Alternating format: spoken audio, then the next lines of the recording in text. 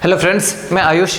मैं आप सबका इस ज्ञान गंगा यूट्यूब चैनल में स्वागत करता हूं। तो देखिए, आज का जो ज्योग्राफी का सेकंड टॉपिक है उसका नाम माइग्रेशन है, अर्थात प्रवास। तो आप जानेंगे प्रवास। इस चैप्टर में बेसिकली जो आपको पढ़ने को मिलेगा वो है प्रवास क्या होता है, प्रवास क्यों होता है, प्रवास के कारक क्या होते हैं, जैसे प्रतिकर्ष कारक और अपकर्ष कारक। आप देखेंगे प्रवास का धाराएं एक अंतर्राष्ट्रीय स्तर पे, दूसरा राष्ट्रीय स्तर पे। राष्ट्रीय स्तर पे भी दो तरह से देखेंगे, एक को बोलेंगे अंतः प्रवास, दूसरे को बोलेंगे अंतर प्रवास। ठीक है, इन दोनों को बताऊंगा। फिर बताऊंगा कि प्रवास का प्रभाव क्या पड़ता है, या फिर कह सकते हो कि परिणाम क्या पड़ता है। तो परिणाम नेगेटिव भी है, पॉजिटिव भी है। मैं दोनों पक्षों को आपके सामने रखूंगा। अगर आप देखेंगे एक और शब्द शरणार्थी, शरणार्थी और प्रवास में अंतर क्या है, इतने सारे सवालों का जवाब महज 20 मिनट में आपको आज दूंगा। तो चलिए शुरू करते हैं। देखिए, पहला टॉपिक आपके सामने क्या है, माइग्रेशन अर्थात प्रवास। तो सबसे पहले जो इसमें आपको पढ़ने को मिलेगा, प्रवास क्या है, प्रवास क्यों हो रहा है, प्रवास का कारक क्या है और प्रवास का परिणाम क्या है। इतने सारे क्वेश्चन का जवाब मैं दूंगा और यही आपके क्वेश्चन का हिस्सा बनेगा। इससे ज़्यादा क्वेश्चन कभी भी नहीं आते। देखिए, सबसे पहले प्रवास क्या है अगर कहूँ, इसका डेफिनेशन के लिए आप क्या बोलोगे कि एक स्थान से दूसरे स्थान चले जाना। बेसिकली लोग क्यों जाएंगे, या तो रोजगार के लिए, या तो शिक्षा के लिए, या तो स्वास्थ्य सुविधाओं के लिए। ठीक है, क्या मैं बोल रहा हूँ, रोजगार, शिक्षा और स्वास्थ्य, ये तीन चीज़ों के लिए जनरली आप देखेंगे कि प्रवास एक स्थान से दूसरे जगह हो रहा होता है। ठीक, तो वही मैं लिखा हूँ, एक स्थान से दूसरे स्थान में शिक्षा, स्वास्थ्य और रोजगार के कारण चले जाना प्रवास कहलाता है। दूसरी बात, प्रवास अवसरों में असमानता वितरण के कारण होता है। देखिए, अगर हर चीज़ आपको एक जगह मिल जाएगा, जहाँ भी आपकी जन्मभूमि है, अगर हर एक सुविधाएं आपको वहाँ पे मिल जाएगी, तो आप क्यों कहीं जाओगे, नहीं जाओगे। रीज़न, बाहर जाने के बाद भी काफ़ी कठिनाइयाँ होती है, वो बाहर रहने वाले लोग समझते हैं।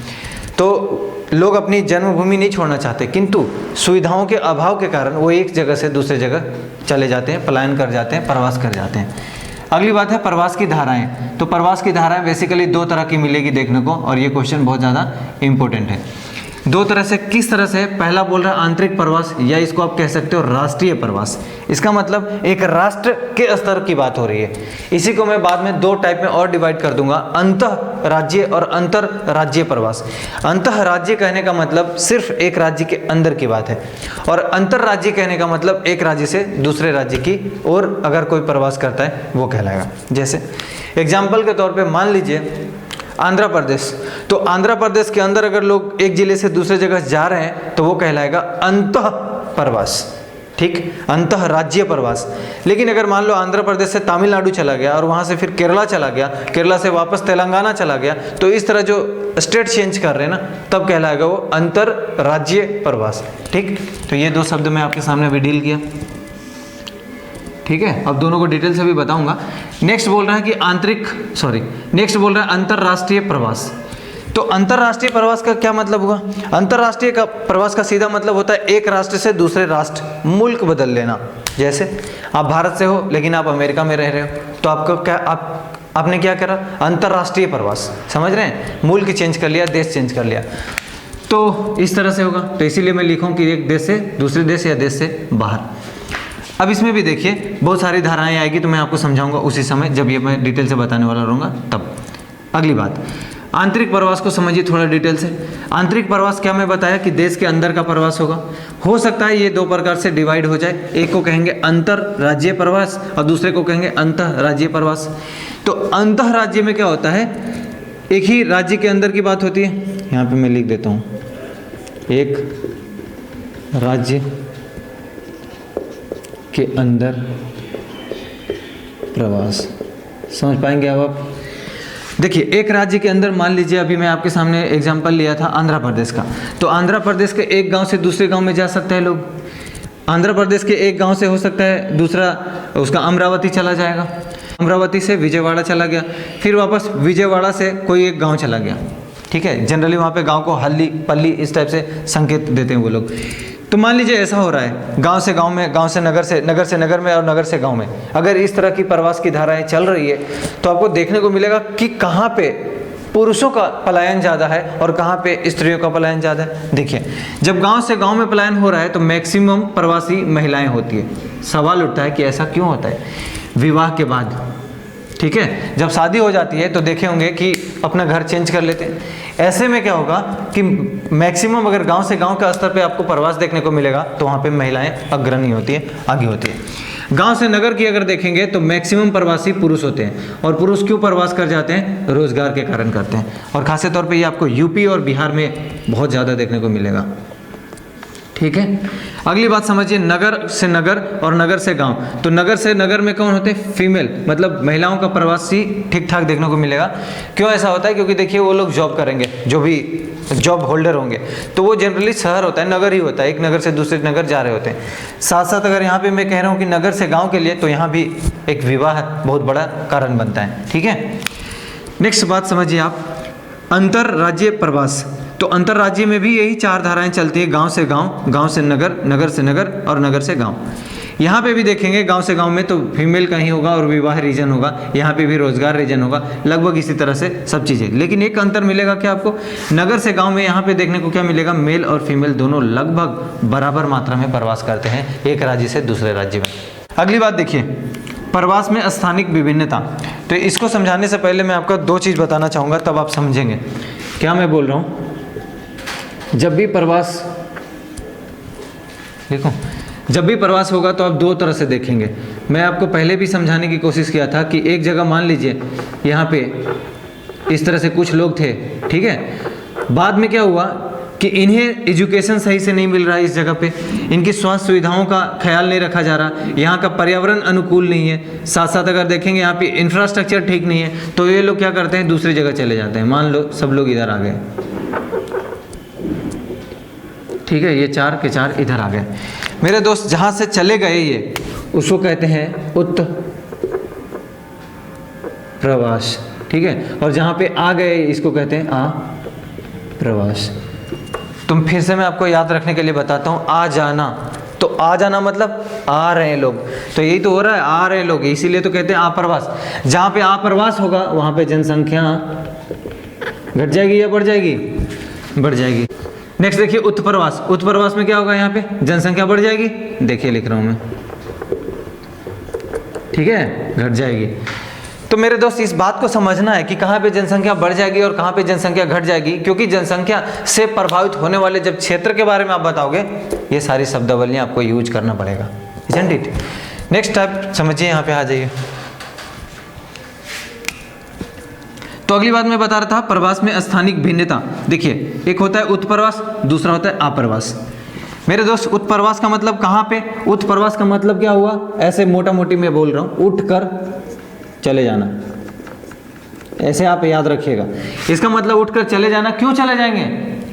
क्योंकि यहाँ पे रोजगार, शिक्षा, स्वास्थ्य की सुविधाएं नहीं होगी। और ये कहाँ से उठ के लोग जनरली चले जा रहे हैं? यूपी वाले और बिहार वाले, क्योंकि यहाँ पे रोजगार कम है। उठकर ये कहाँ चले जाएंगे? तो देखिए, एक होगा महाराष्ट्र का क्षेत्र, दिल्ली का क्षेत्र, गुजरात का क्षेत्र। सोचोगे इन 3 जगहों में ऐसा क्या है? यहाँ पे रोजगार की सुविधाएं बहुत ज़्यादा है, क्योंकि यहाँ पे उद्योग की संख्या ज़्यादा है। ऐसे में लोग क्या कर रहे हैं? इस जगह से उत्प्रवास होकर यहाँ पे आप्रवास हो रहे हैं, और इन नगरों में जनसंख्या लगातार बढ़ती जा रही है। अंतर्राष्ट्रीय प्रवास, ये दूसरी बात यहाँ पे जो बता रहा था मैं उसी के जिक्र कर रहा हूँ। यहाँ अंतर्राष्ट्रीय, इसका मतलब देश के अंदर या देश से बाहर? देश के बाहर।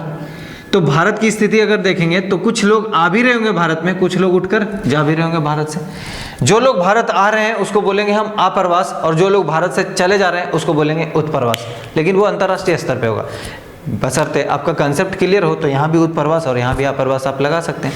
तो आने वाले बेसिकली देखेंगे भारत के पड़ोसी राज्यों से होंगे। मैं अगर आपको पड़ोसी राज्य दिखाने की कोशिश करूं तो सबसे ज़्यादा जो प्रवास हुआ है वो इन क्षेत्रों में हुआ है। अब आप देखेंगे पाकिस्तान के क्षेत्र से बहुत ज़्यादा लोग हमारे देश में आए, ठीक है, यहाँ पे। उसके बाद आप देखेंगे इस क्षेत्र में जो पूर्वोत्तर का है हमारा, ये नॉर्थ ईस्ट का रीजन, यहाँ पे बांग्लादेश से बहुत ज़्यादा लोग हर जगह पे आए हैं, ठीक है। खासे तौर पे आप देखेंगे त्रिपुरा में, मेघालय में, असम में, इधर बंगाल में, तो यहाँ पे बहुत ज़्यादा है। और अगर मैं कुछ जनजाति का नाम लूँ तो यहाँ पे ब्रू जनजाति, जो कि रियांग भी लोग बोलते हैं, रियांग जनजाति, या तो चकमा देखे होंगे, हाजोंग का नाम सुने होंगे, ये सारे इधर आए हैं, ठीक है। तो इन क्षेत्रों में क्या क्या मैं बोला अभी आपको? चकमा, हाजोंग, ब्रू, ये सारे। लेकिन ध्यान रहे इन लोगों को शरणार्थी बोला जाता है, ठीक है। तो आप ढूंढोगे शरणार्थी क्या चीज़ होता है। देखिए, अगर अपनी मर्जी से एक जगह से लोग दूसरे जगह चले जाते हैं उसे हम प्रवास कहते हैं, लेकिन अगर भगा दिया जाए, दबाव डाल के उसे हटा दिया जाए, तब वो शरणार्थी कहलाते हैं। एक जगह से दूसरे जगह जाकर शरण लेते हैं, समझ पा रहे हैं, वो मजबूरी में आते हैं और आप एक मजबूरी आपके साथ नहीं जुड़ी होती है, आपका एक मतलब क्या बोलो, एक राष्ट्र के स्तर पे आपका एक पहचान होता है, इनकी पहचान नहीं होती। ये सारी चीज़ें देखने को मिलता है, ठीक है। तो अंतर्राष्ट्रीय प्रवास में मैं आपको जो बता रहा हूँ, आप प्रवास का मतलब तो देखिए 96% पड़ोसी देशों से आए हैं। कहाँ से आए हैं? बांग्लादेश से आए हैं, पाकिस्तान से आए और नेपाल से आए हैं, ठीक है। कुछ लोग तिब्बत के साइड से भी आए हैं। तो अगर देखेंगे सबसे ज़्यादा तो बांग्लादेश से 30 लाख, पाकिस्तान से 9 लाख और नेपाल से 5 लाख। बहुत ठीक ठाक मात्रा में नेपाली भाई लोग भी हमारे देश में विराजमान हैं। नेक्स्ट देखिए उत्प्रवास। तो उत्प्रवास में क्या देखेंगे कि 2 करोड़ विश्व के 110 देशों में फैल गए। इसका अगर उत्प्रवास की मैं बात करूं तो ये अलग अलग टाइम पे ये लोग उत्प्रवास हुए यहाँ से। जैसे जब हमारे देश में अंग्रेज थे, मतलब जब हम गुलाम थे अंग्रेजों के, तब देखे होंगे गिरमिटिया समुदाय। होता क्या था, मजदूरों को यहाँ से उठाकर कभी नॉर्थ अमेरिका, कभी साउथ अमेरिका, अफ्रीका के क्षेत्र में, टोबैको के क्षेत्र में, सूरीनाम के क्षेत्र में, मोरितानिया के क्षेत्र में, सेशल्स के क्षेत्र में, इन जगह पे क्या हुआ, इनको उठाकर शिफ्ट करा दिया गया। ऐसे में जो उत्प्रवास है भारत का उस समय से चला रहा है। वर्तमान समय में देखेंगे तकनीक का बहुत बड़ा योगदान है विश्व के स्तर पे, और चूंकि लोग जॉब के लिए एक जो दूसरे जगह सर्च कर रहे होते हैं, तो ऐसे में लोग क्या करते हैं, एक देश से दूसरे जगह पलायन करते हैं। और वैसे भी बड़े बड़े देशों का देखते होंगे सीईओ भी तो हमारे देश का है। तो उत्प्रवास अगर गलत होता तो इसे गलत दुनिया मानती, लेकिन ठीक है, लेकिन ध्यान रहे एक लिमिटेशंस में, क्योंकि इसका इम्पैक्ट बहुत बुरा पड़ता है, वो भी मैं आपको आज ही बताऊंगा कैसे। तो ये जो लोग उत्प्रवास कर रहे हैं उसके देखेंगे ये इकोनॉमी में बहुत ज़्यादा योगदान देते हैं, ठीक है। हमारे जीडीपी में योगदान इनका आता है अप्रत्यक्ष रूप से। और चलिए एफडीआई को बढ़ाने में सहयोग देते हैं। साथ साथ देखे होंगे डॉलर, यूरो, येन, ये सारी जो मुद्रा होते हैं ये हमारे देश में इनके थ्रू बहुत ज़्यादा आता है, और ये बहुत अच्छा बात होता है। क्योंकि जब हम इंपोर्ट करते हैं मेरे दोस्त, जब कोई सामान आप बाहर से मंगवाते हो और अगर हम रुपया में उसे पे करते हैं, बहुत घाटा होता है, क्योंकि रुपया डॉलर के सामने बहुत ज़्यादा कमज़ोर होता है। ऐसे में हमें ज़्यादा पैसा पे करना पड़ता है, और अगर डॉलर रहेगा तो डॉलर में जवाब दे देंगे ना भाई। इसलिए ये लोग बड़े भूमिका निभाते हैं हमारे देश के लिए। समझ पा रहे हैं आप? क्यों जोड़ता हूँ मैं इकोनॉमी से? क्योंकि किताब का, इस बुक का नाम ही है ऐसा, ठीक है, इंडियन पीपल एंड इकोनॉमी, ऐसा कुछ दिया हुआ है टाइटल। तो इकोनॉमी से हमेशा जोड़ना पड़ेगा आपको। नेक्स्ट देखिए प्रवास के कारक बोले तो फैक्टर। 2 फैक्टर होते हैं यहाँ पे, एक को बोलते हैं प्रतिकर्ष और दूसरे को बोलते हैं अपकर्ष कारक। प्रतिकर्ष कारक का मतलब होता है पुश फैक्टर, इसका मतलब पुश करना, ठीक है। जब और दूसरा क्या होता है, पुल फैक्टर, इसको बोलते हैं अपकर्ष कारक। तो अपकर्ष कारक में लोग आकर्षित करते हैं और प्रतिकर्ष कारक में लोग प्रतिकर्षित करते हैं। आप एक बार दिमाग लगाओ, कहाँ पे आकर्षित होगा? जहाँ पे आकर्षित होगा वहाँ पे आप्रवास नहीं होगा क्या? देखिए एक लाइन में आप समझ में आ जाएगा आपको। और जहाँ पे प्रतिकर्ष होगा वहाँ पे उत्प्रवास नहीं होगा क्या? प्रतिकर्ष आप हटा रहे हो, उठ के जा रहे हैं लोग यहाँ से, तो उत्प्रवास होगा, और जहाँ पे आ रहे हैं आप्रवास होगा। अगर ये कंसेप्ट क्लियर है तो ये कुछ नहीं है मेरे दोस्त। देखिए शिक्षा, स्वास्थ्य, रोजगार और अवसंरचना और पर्यावरण, जहाँ पे ये चीज़ें नहीं है वहाँ पे क्या होगा? उत्प्रवास। और ये थोड़ी दुखद घटना है, क्यों नहीं है मैं आपको समझाऊंगा। जहाँ ये नहीं वहाँ उत्प्रवास, समझ गए?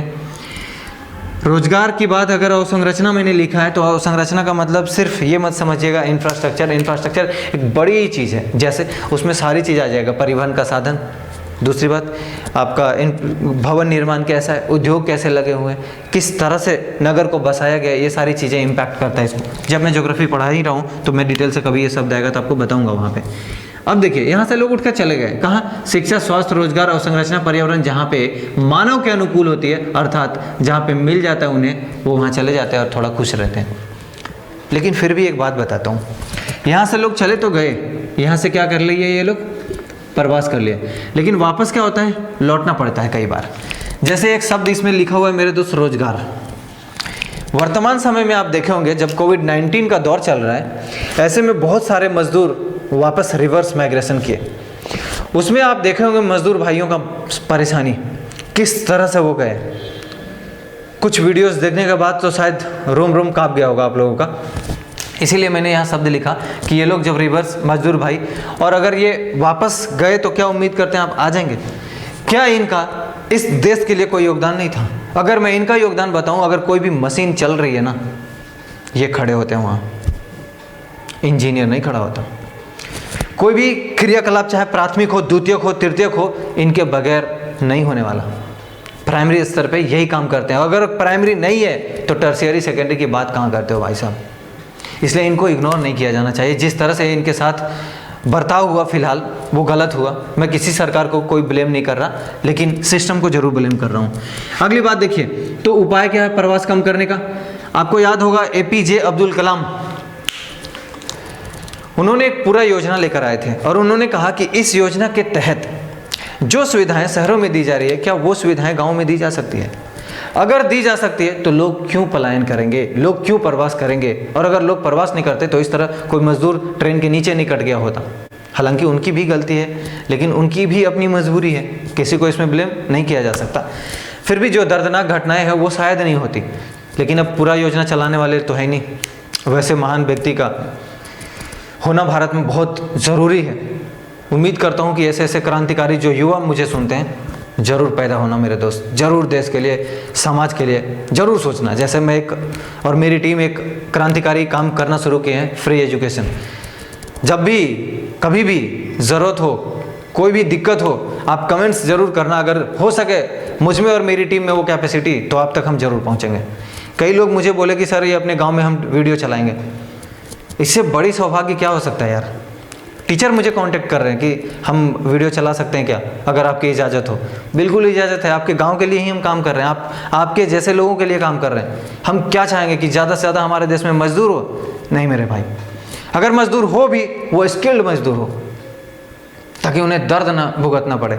और ये टेक्नोलॉजी की दुनिया, आप आराम से एक दूसरे जगह पहुंचा सकते हैं। मानव हो, मानव की सहायता करो, इसी में मानवता नज़र आती है। तो ज़रूर करनी है, जितना हो पाए आपसे ज़रूर करना चाहिए। नेक्स्ट देखिए, इकोनॉमी में योगदान। मैं कहूँगा इनका इकोनॉमी में बहुत ज़्यादा योगदान है। अगर नहीं नज़र आता, कार्ल मार्क्स को जरा याद कर लीजिएगा। क्रांतिकारी भाषण देते हैं वो कार्ल मार्क्स, मतलब देते थे।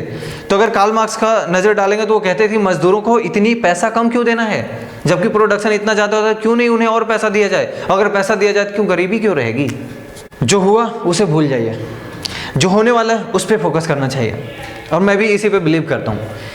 अगर जो टाइम अभी भारत के सामने है, मैं समझता हूँ अगर भारत सरकार और राज्य सरकार सही तरीके से काम करना अगर सोचे तो दोस्त ये प्रवास दोबारा नहीं होना चाहिए, दोबारा ये दर्द मजदूरों को ना मिलना चाहिए। और अगर जनसंख्या का ठीक ठाक बराबर डिस्ट्रीब्यूशन हो गया है वर्तमान समय में, ऐसा नज़र आ रहा होगा आप लोग को भी, तो प्राइमरी सेक्टर भी बढ़ेगा। अगर प्राइमरी बढ़ रही तो सेकेंडरी तो अपने आप बढ़ेगा, और सेकेंडरी और टर्शियरी बढ़ेगी और क्वार्टनरी बढ़ेगी। ऐसे में सच्ची मायने में देश का विकास होगा, बशर्ते जो मजदूर अपने घरों पे हैं, जो मजदूर बड़े बड़े महानगरों से, नगरों से पलायन होकर अपने गांव में गए हैं, उन्हें राज्य सरकार किसी भी तरीके से रोजगार मुहैया करा दे बस। अगर ऐसा हो जाता है, मैं कहता हूँ आने वाले 2 से 4 सालों के अंदर आपको परिवर्तन देखने को मिलेगा। हमारे देश की जीडीपी बहुत तेज बढ़ती हुई नजर आएगी। देश के अंदर बहुत कुछ है, देश में इतनी सारी विविधताएं, इतनी सारी खनिज संसाधन है, बशर्ते राज्य सरकारों की इच्छा शक्ति बढ़नी चाहिए। वर्तमान समय में कुछ सरकारों का, मैं नाम किसी का नहीं ले रहा, लेकिन वर्तमान समय में कुछ सरकारों का कितनी शानदार एक्शन है बता नहीं सकता। ठीक है, तो हमेशा कुछ बांट के, कुछ दे के चुनाव जीत जाना ये नहीं होना चाहिए। युवाओं जागो, मैं एक आपसे अपील करता हूँ। अभी अगर आप काम करोगे ना अपने लिए और अपने समाज के लिए, वो चीज़ बहुत बड़ी परिवर्तन करेगी, एक क्रांतिकारी परिवर्तन करेगी। और इसी क्रांतिकारी परिवर्तन की उम्मीद आपसे मैं करता हूँ। आप कर सकते हैं, आप लोग सक्षम हैं, और हमेशा बदलाव युवाओं से ही होता है। इसलिए मैं आपसे हमेशा कहता हूँ कि मुझे गाँव तक पहुँचने दें, लोगों को शिक्षित होने दें। लोगों को पता नहीं होता कि वोट किसे करना है, बस वो वोट दे के आ जाते हैं। 500 रुपये जिसके जेब में जिसने दिया, वोट इसी को। ऐसा नहीं है भाई, 5 साल रहोगे, 500 रुपया तो आता जाता चीज़ है। ऐसे लोग को चुनिए जो मानवता को समझे, जो मानवीय संवेदना को समझे, जो मानव की मूल्य को समझे, वो आपका नेता है। और अगर ऐसा नेता होगा तो ये सब जो दर्द देख रहे हैं ना, माइग्रेशन, इस टॉपिक से जुड़ा हुआ है, इसलिए मैं बात कर रहा हूँ आपसे। ये दर्द नहीं महसूस होगा, नहीं देखेंगे कि सूटकेस कोई औरत खींच रही है, उसके ऊपर उसका बच्चा जा रहा है। समझते हैं, बाकी क्या बताऊं मैं। ठीक है, तो इसका सेकंड पार्ट भी आएगा, और सेकंड पार्ट में मैं आपको डिटेल से बताऊंगा। अगर वीडियोज पसंद आते हैं दोस्त, प्लीज़ इसे गाँव तक पहुँचने दें, उन लोगों तक पहुँचने दें जो लिटरली से जिन्हें लिटरली इनकी आवश्यकता है, जिन्हें इन चीज़ों को देखकर उनकी मानसिक विकास हो सके, वो अपनी आज कल परसों अर्थात प्रेजेंट पास्ट फ्यूचर को समझ सके, अपने आने वाले जनरेशन को, अपने आने वाले देश की इकोनॉमी को समझ सके, जरूर जाने दें। सिर्फ पढ़ने के लिए नहीं, पढ़ने से रोजगार के लिए नहीं, एक अच्छा मानव बनने के लिए भी पढ़ना जरूरी है। ठीक है, तो लोगों तक शेयर करें। धन्यवाद।